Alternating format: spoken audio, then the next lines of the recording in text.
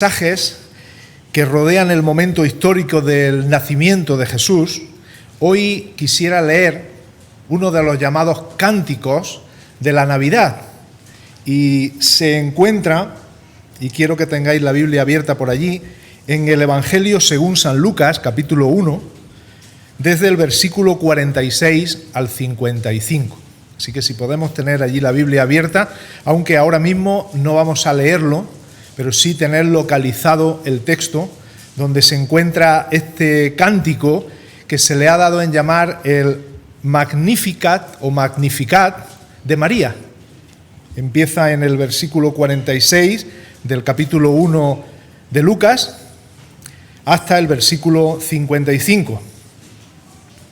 Y como digo, el Magnificat de María se le llama así entre los eruditos, entre los estudiosos de la Biblia, porque el nombre de esta canción proviene de la Vulgata, que como sabéis es la traducción latina de la Biblia, y comienza con estas palabras que voy a leer ahora. Magnificat anima mea dominum, que lo que significa es engrandece mi alma al Señor, que como veis es la frase con la que empieza el cántico en el versículo 46. Dicho esto, sí me gustaría que antes de empezar a leer este cántico, esta poesía que pronunció María la madre de Jesús, antes de leerlo, sí quisiera que nos enmarcáramos un poco en la situación en la que ella dijo estas palabras.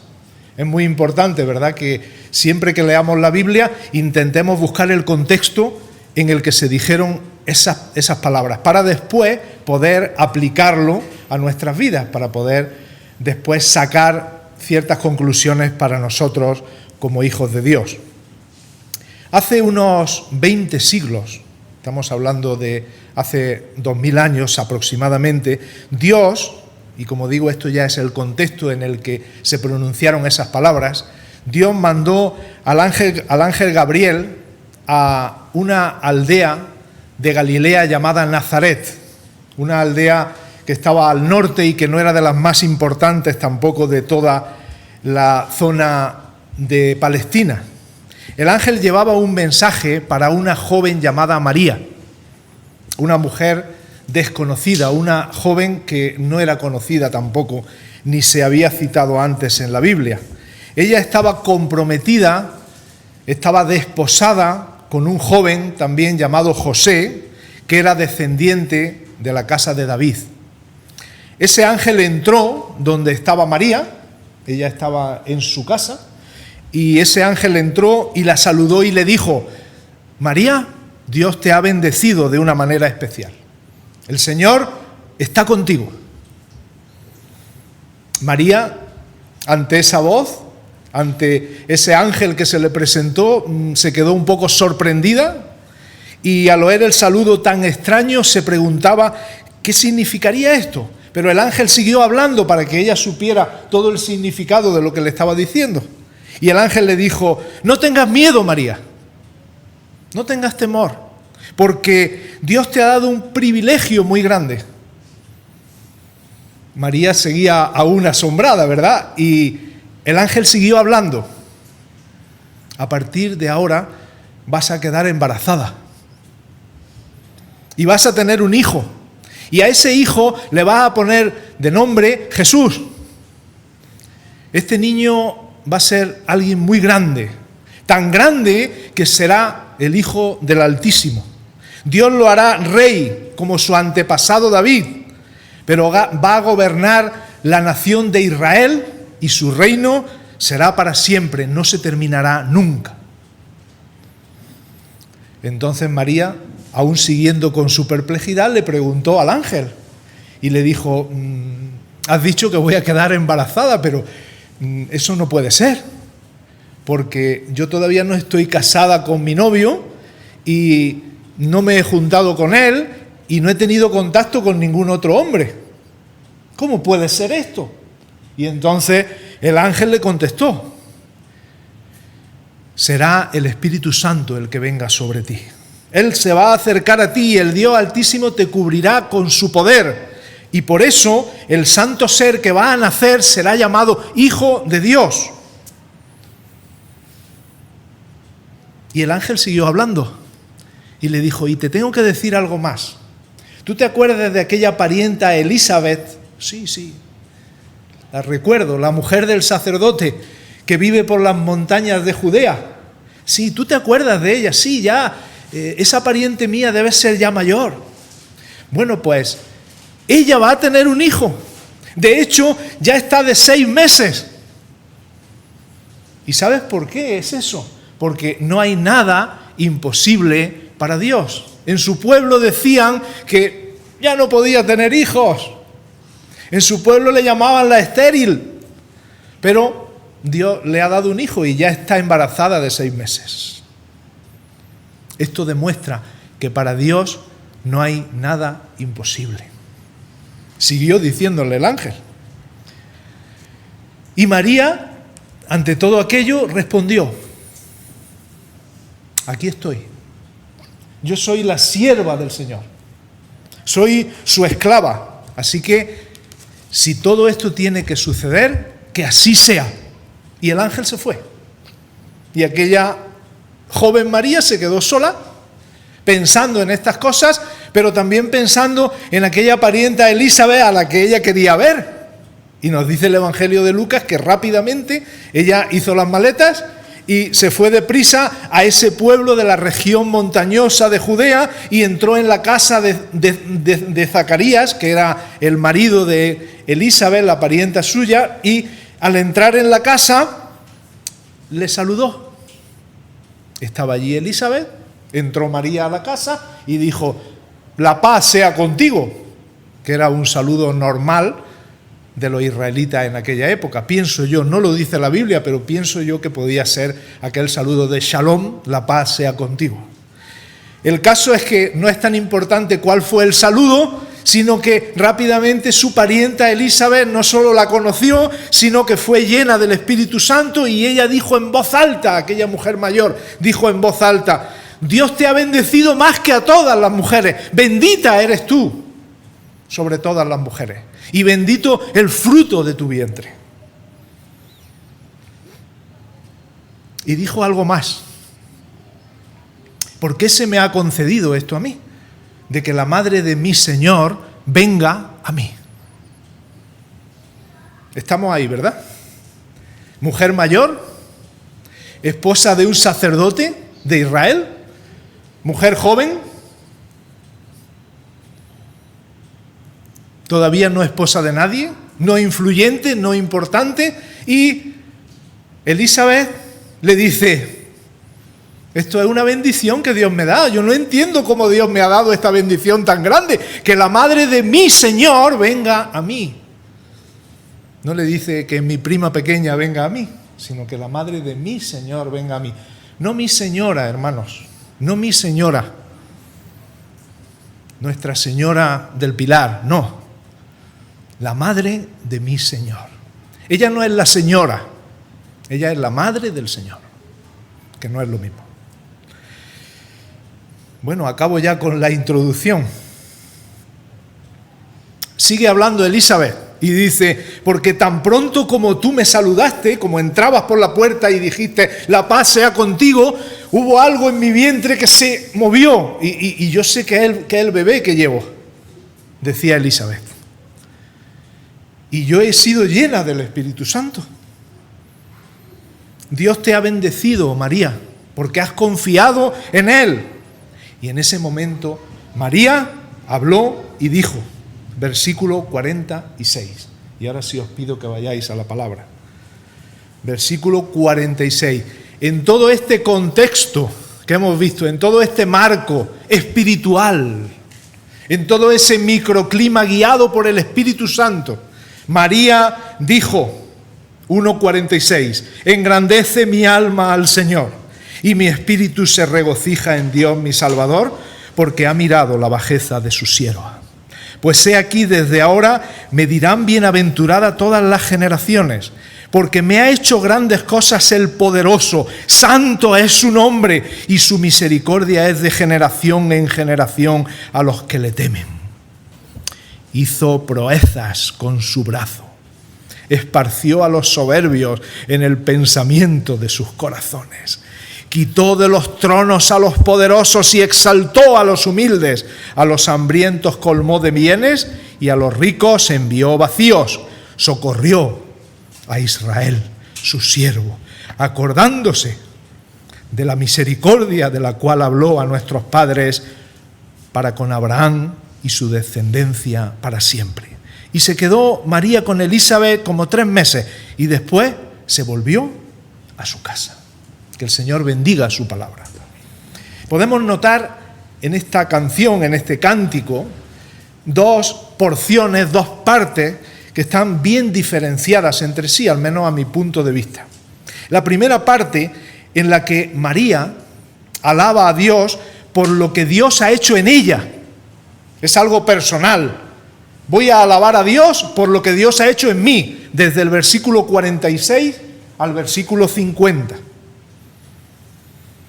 Desde el versículo 51 al versículo 55 sería la segunda parte en la cual María relata lo que Dios ha hecho por su pueblo, por Israel. Ya no tanto lo que ha hecho por mí, sino lo que ha hecho por los demás, por mis vecinos, por las personas a las que yo quiero. Así que vamos a la primera parte. María alaba a Dios por lo que Dios ha hecho en ella. Y fijaros cómo empieza estas palabras, ¿verdad? Que se le llama cántico, no sabemos exactamente porque está en verso y quizá en vuestras Biblias también lo tenéis así, ¿verdad? Hay como un margen que hace que sepamos que son versos. Y no sabemos exactamente si ella cantó o solamente habló, porque el versículo 46 dice, entonces María dijo. Así que no sabemos si fue una canción, si fue una poesía que ella dijo, pero lo importante es el contenido de lo que ella dijo. Y empieza diciendo algo muy importante. Engrandece mi alma al Señor. Yo me hago la idea, ¿verdad?, en el tono en el que ella lo diría. Porque claro, no se puede decir esto con los brazos caídos y con la cabeza gacha, ¿verdad? Engrandece mi alma al Señor. ¿Os imagináis? Engrandece mi alma al Señor y mi espíritu se regocija en Dios mi Salvador. A lo mejor ella no tenía esa voz tan fuerte, pero esto hay que decirlo convencido de lo que uno está diciendo. Engrandece mi alma al Señor. ¿Es que es necesario que nosotros adoremos a Dios para que Dios se haga más grande? ¿Es posible que Dios sea más grande de lo que es? Hermanos, no. Dios es grande. Dios es grande y es igual de grande, le adoremos nosotros o no lo hagamos. Él va a ser igual de grande, pero el espíritu de adoración exalta a un Dios grande y el espíritu se vuelve grande en las personas cuando miran al Dios grande. Y por eso María dice, engrandece mi alma al Señor. Yo sé que Él es muy grande, pero yo tengo que decirlo. Él es grande. Hermanos, no sé si entendemos esto en cuanto a la adoración, pero no depende de nosotros la santidad, ni los atributos de Dios, ni la grandeza de Dios. No depende de nosotros, porque nosotros lo digamos, no se va a hacer más grande ni más santo. Pero hermanos, cuando nosotros adoramos tenemos que tener la sensación de que depende de nosotros, no depende de otros, depende de nosotros el exaltar el nombre del Señor. Si nosotros no tenemos esto claro, no vamos a adorar bien. Si nosotros no decimos, no, yo hoy en el culto tengo que decir que Dios es santo, y lo tengo que decir. Y yo hoy en el culto tengo que decir que Dios es grande. Como si todo dependiera de ti, cuando sabes que nada depende de ti, que Dios va a ser el mismo.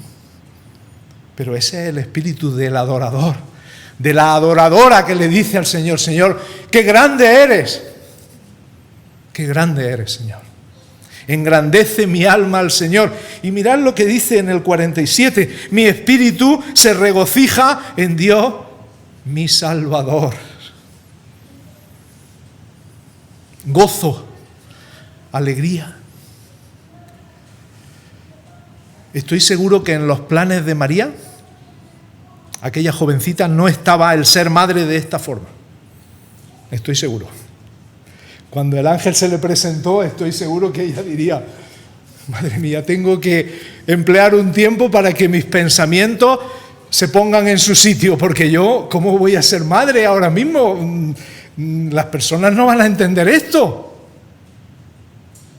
Fijaros, mi espíritu se regocija en Dios, mi Salvador. Y en cuanto a Salvador, que es una frase, ¿verdad?, que los creyentes queremos destacar para decir algo que la Iglesia, que ha sido oficial en este país durante tanto tiempo, ha dicho de manera equivocada, el tema de que María era inmaculada, era una persona sin mancha, era una persona sin pecado. Nosotros decimos lo que dice la Biblia. Ella dice que se regocija en Dios su Salvador. Ella necesitó de un Salvador. Yo no tengo dudas, y ya lo he dicho alguna vez, yo no tengo dudas que quizá María era la joven más buena de toda su aldea. Yo no tengo duda de eso. O a lo mejor no. Pero es seguro, ¿verdad?, que ella leía la Biblia, es seguro que ella oraba, es seguro que ella escuchaba la palabra de Dios, de sus padres o de otras personas, es seguro que ella tenía una comunión con Dios, pero ella necesitaba un Salvador. Y vamos a ir viéndolo, ¿verdad?, a lo largo de todo este texto, vamos a ir viendo cómo María lo que recibió fue algo recibido por gracia.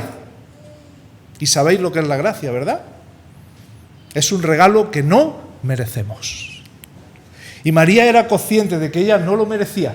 Quizá ella tenía una muy buena comunión con Dios. Ella estaba cerca de la palabra de Dios, ella oraba al Señor, pero ella sabía que ella no merecía el ser madre de Jesús, el ser madre de aquel personaje tan especial que era el Hijo de Dios. Sigue diciendo el texto en el versículo 48 y como digo, en esta misma línea, porque ha mirado la bajeza de su sierva. Aquí tenemos que tener cuidado, ¿verdad?, porque no significa que María fuera una persona grosera. Nosotros a veces, cuando hablamos de bajeza, a veces en nuestro idioma puede ser que no se entienda bien. Podemos pensar en una persona barrio bajera. Podemos pensar en una persona grosera, una persona, pues eso, hasta cierto punto ordinaria, pero no es esa la palabra que se emplea aquí.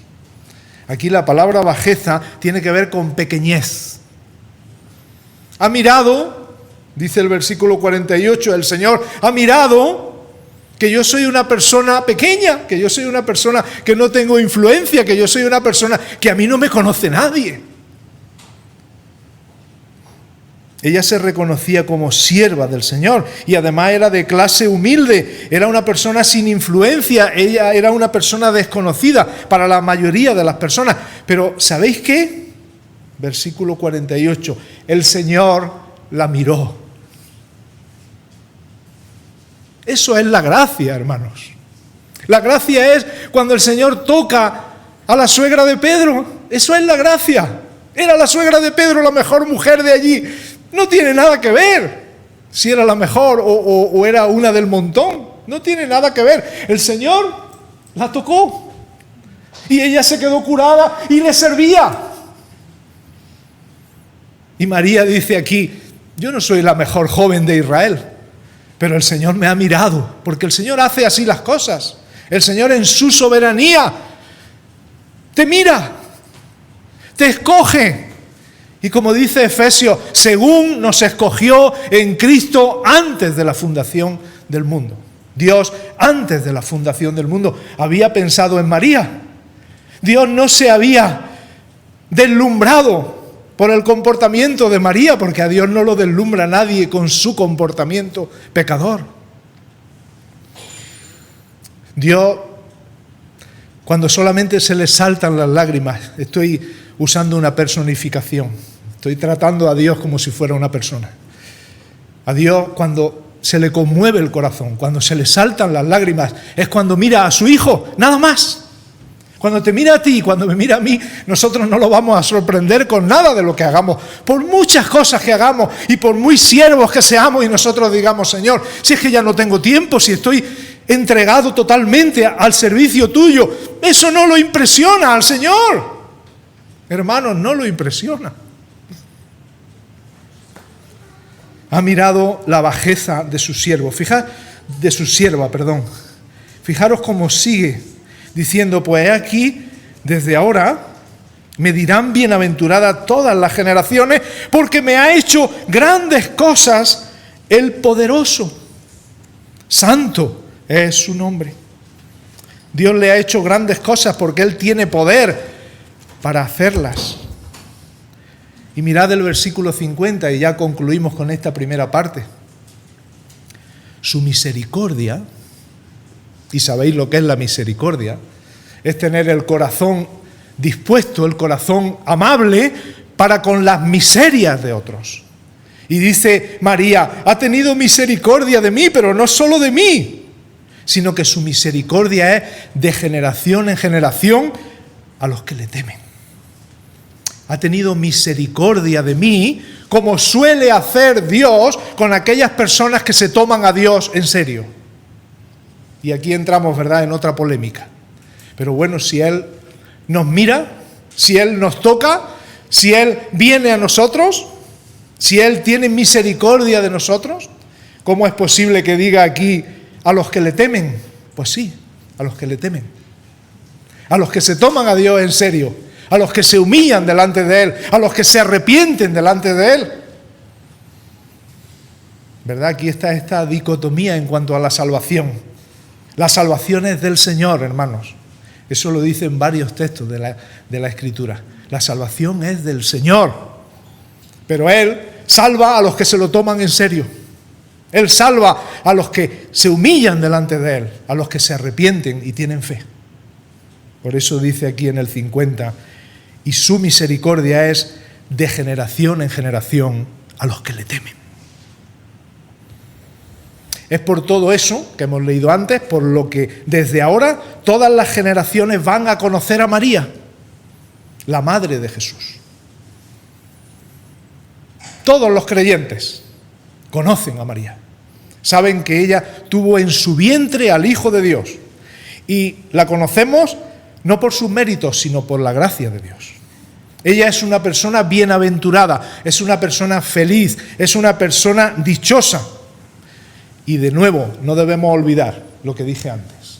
El contexto de una madre soltera que seguía sin saber, cuando dijo esta canción o cuando dijo estas palabras, ella seguía sin saber cuál iba a ser la reacción de José o cuál iba a ser la reacción de su entorno más inmediato, de sus padres, parientes, su pueblo, etc. Madre soltera.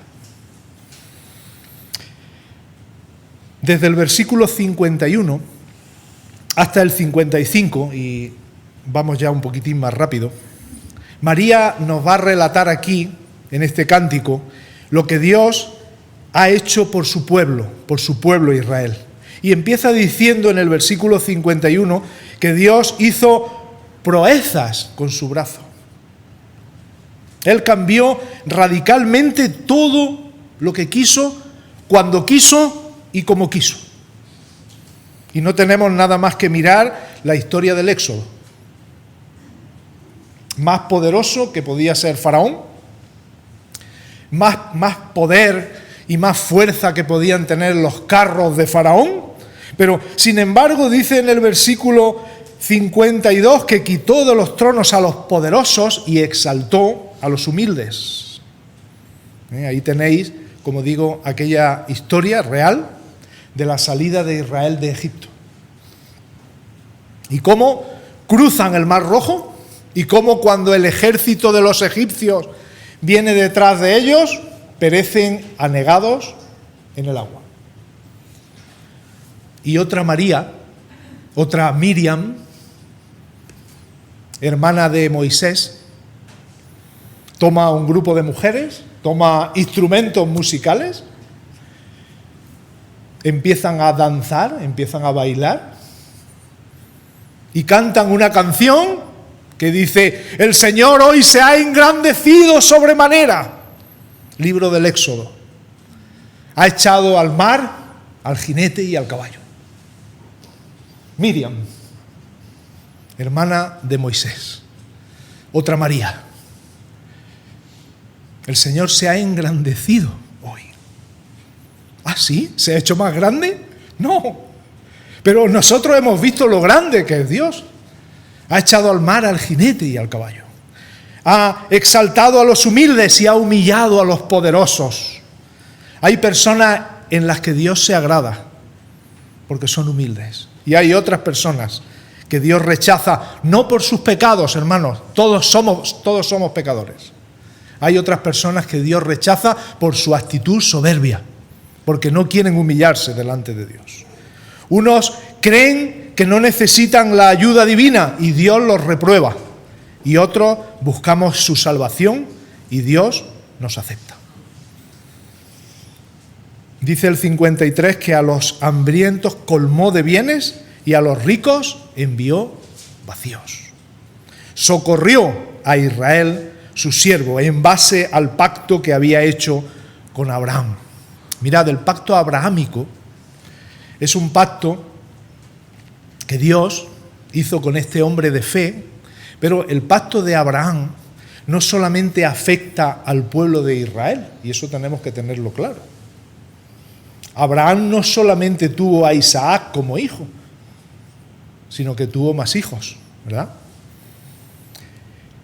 El pacto abrahámico nos dice y nos explica muy bien el apóstol Pablo en Gálatas, que tiene que ver con las personas que tenemos fe en Dios. Así que el pacto de Abraham es el pacto de la fe, y los hijos de Abraham somos los hijos de la fe. Por eso Dios va a socorrer, como dice aquí, a todos los que tienen fe en sus promesas. Mirad otra vez el versículo 54. Socorrió a Israel su siervo, acordándose de la misericordia de la cual habló a nuestros padres, para con Abraham y su descendencia para siempre.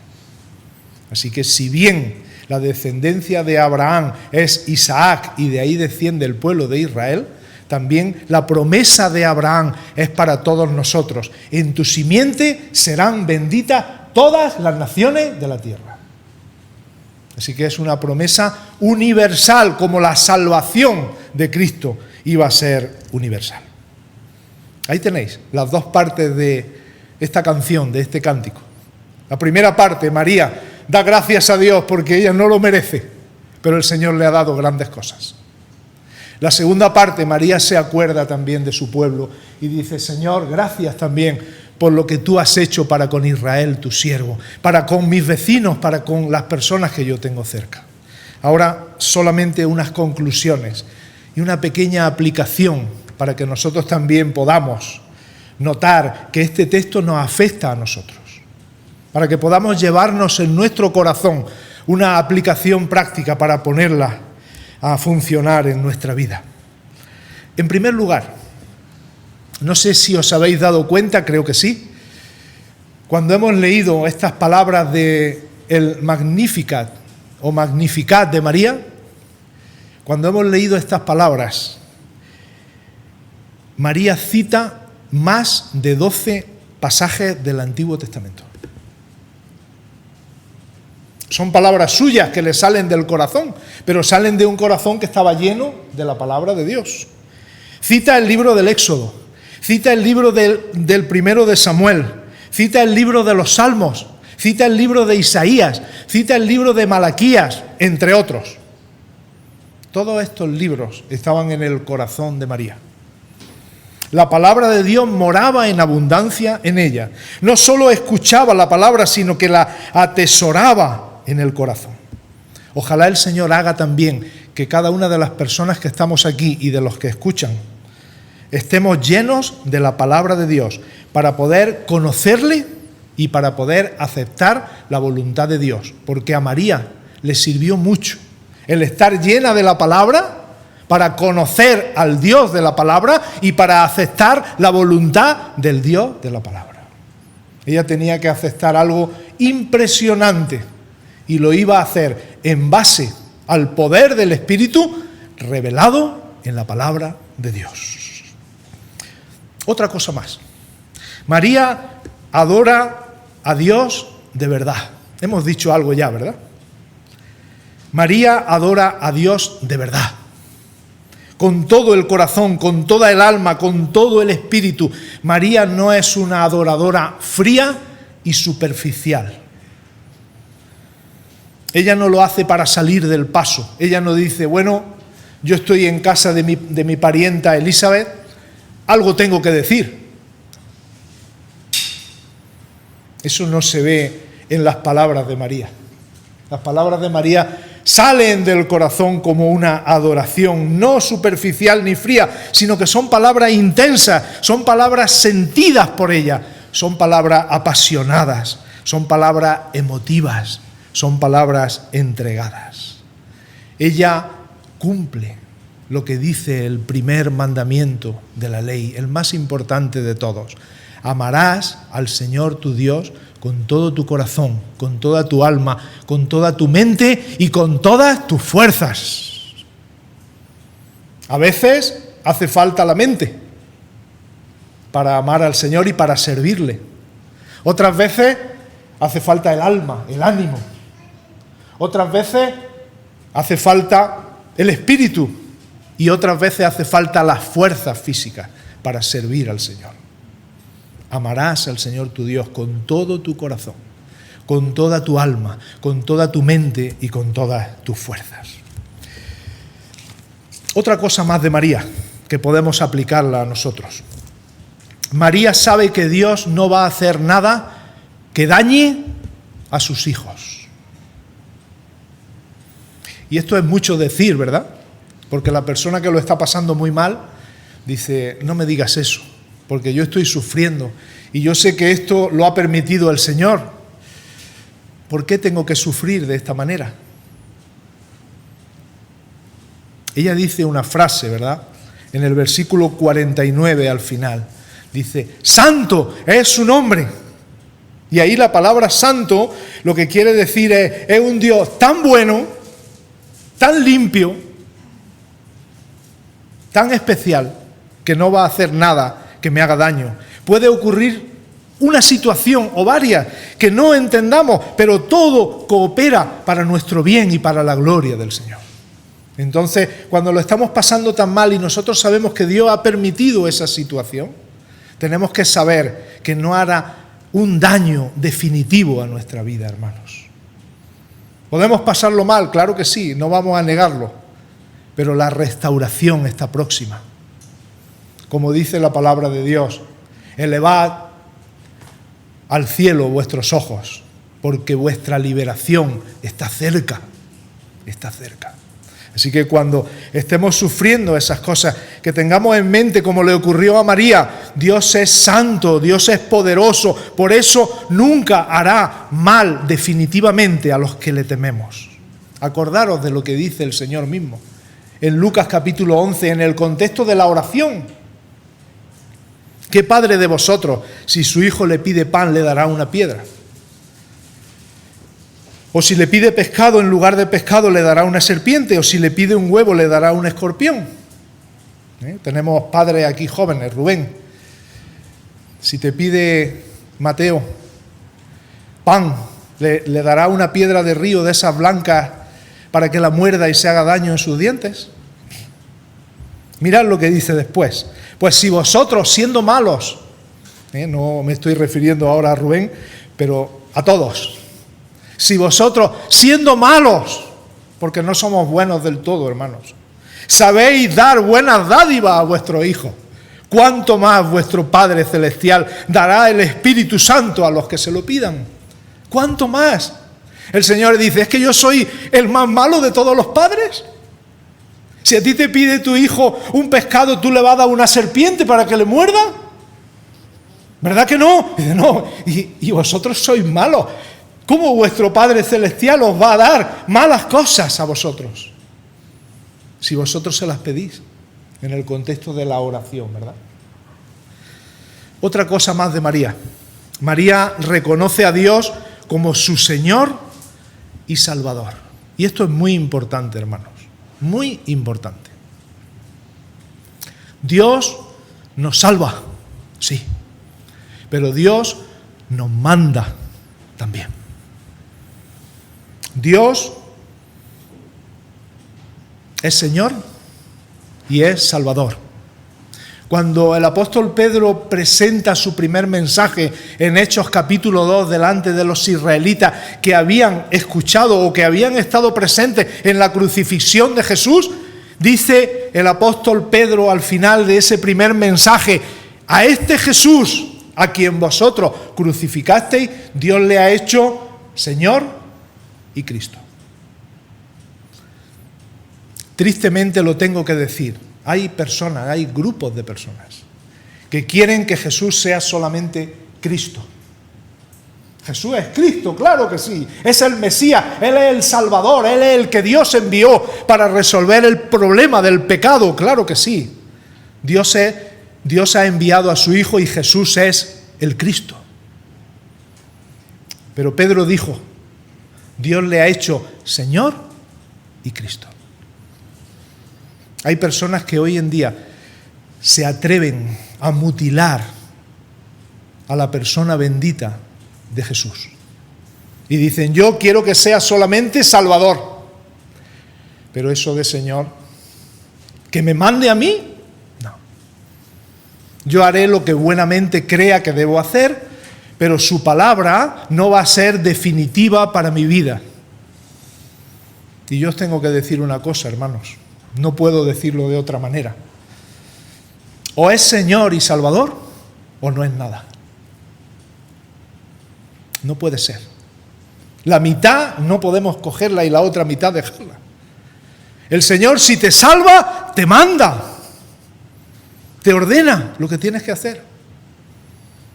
Es verdad que vamos a tener caídas, es verdad que no lo vamos a hacer todo al 100%. Pero la disposición del creyente debe ser la obediencia. Si no, él no ha conocido al Salvador.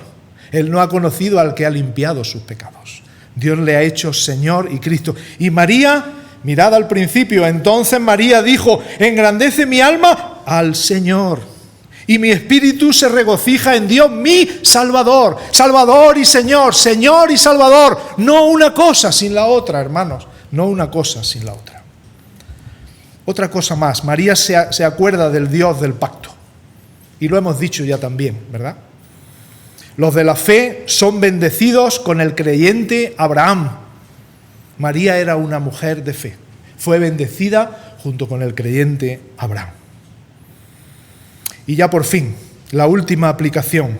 María manifestó su gozo en un momento muy delicado para ella. Si yo hubiera sido María, estaría lleno de miedo.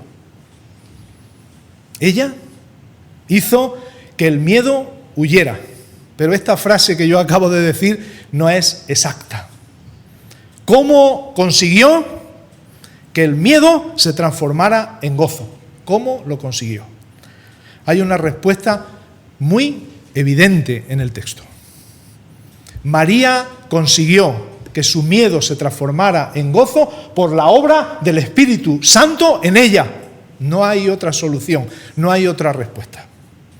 Si nosotros leemos detenidamente el capítulo 1 de Lucas, el capítulo 1 de Lucas nos habla varias veces de la obra del Espíritu Santo. ¿Quién es el que iba a hacer que María quedara encinta? El Espíritu Santo. ¿Quién es el que entró en Elizabeth para que agradeciera la visita de María? El Espíritu Santo. ¿Quién fue el que llenó a María de gozo a pesar de la incertidumbre? El Espíritu Santo. En tiempos de miedo, en tiempos de temor colectivo como el que estamos viviendo, hermanos. Estamos a las puertas o dentro ya de la 6ª ola de la pandemia de COVID. En tiempos de miedo o terror colectivo, en tiempos de incertidumbre, en tiempos de ansiedad, en tiempos de angustia, deja que el Señor obre en ti por su Espíritu Santo para transformar tu miedo en gozo. Para que podamos tener esa alegría que el Señor quiere que tengamos, porque estamos en sus manos, porque nadie nos puede arrebatar de ellas, porque Cristo está, como se ha dicho ya, todos los días al lado nuestro hasta el fin del mundo, porque Él no nos abandona, porque Él no nos deja, y por eso nuestro temor será transformado en gozo, para la gloria del Señor, para que nosotros podamos vivir sin esa ansiedad y sin esa angustia que vive el mundo que no conoce al Señor, que no tiene al Señor. La obra del Espíritu Santo estuvo allí. A mí me hace mucha gracia, ¿verdad?, cuando leo el Evangelio de Lucas, porque algunas personas creen que el Espíritu Santo aparece la primera vez en el segundo tratado de Lucas, en el libro de los Hechos. Y dicen algunos, aquí en el libro de los Hechos se habla mucho del Espíritu Santo, tanto es así que el libro de los Hechos de los Apóstoles tendría que ser llamado libro de los Hechos del Espíritu Santo. Y yo digo, amén. Pero el Evangelio de Lucas, el primer tratado de Lucas, está lleno del Espíritu Santo, hermanos. Porque no nos podemos mover sin el Espíritu Santo, porque no podemos hacer nada sin el Espíritu Santo, y porque cuando se crea un clima espiritual surge la adoración al Señor. Y eso tenemos que creerlo de verdad. En el clima de la casa de Elizabeth surgió adoración delante del Señor. Hubo palabras que han llegado a nosotros 2000 años después y que nos hacen bien. ¿Por qué? Porque se creó un ambiente espiritual. Creemos un ambiente espiritual, formemos en nuestras iglesias un ambiente espiritual para que el Espíritu se manifieste. Y no tengamos miedo, hermanos, no tengamos miedo. El Espíritu Santo no viene a destruirnos, Él no viene a hacernos daño. Él no viene a tirar por tierra la Biblia. En cuanto haya algo o alguien que diga, esto lo ha hecho el Espíritu Santo y no esté de acuerdo con lo que dice la palabra de Dios, vamos a decir, eso es mentira. El Espíritu Santo siempre tiene que actuar con la palabra de Dios.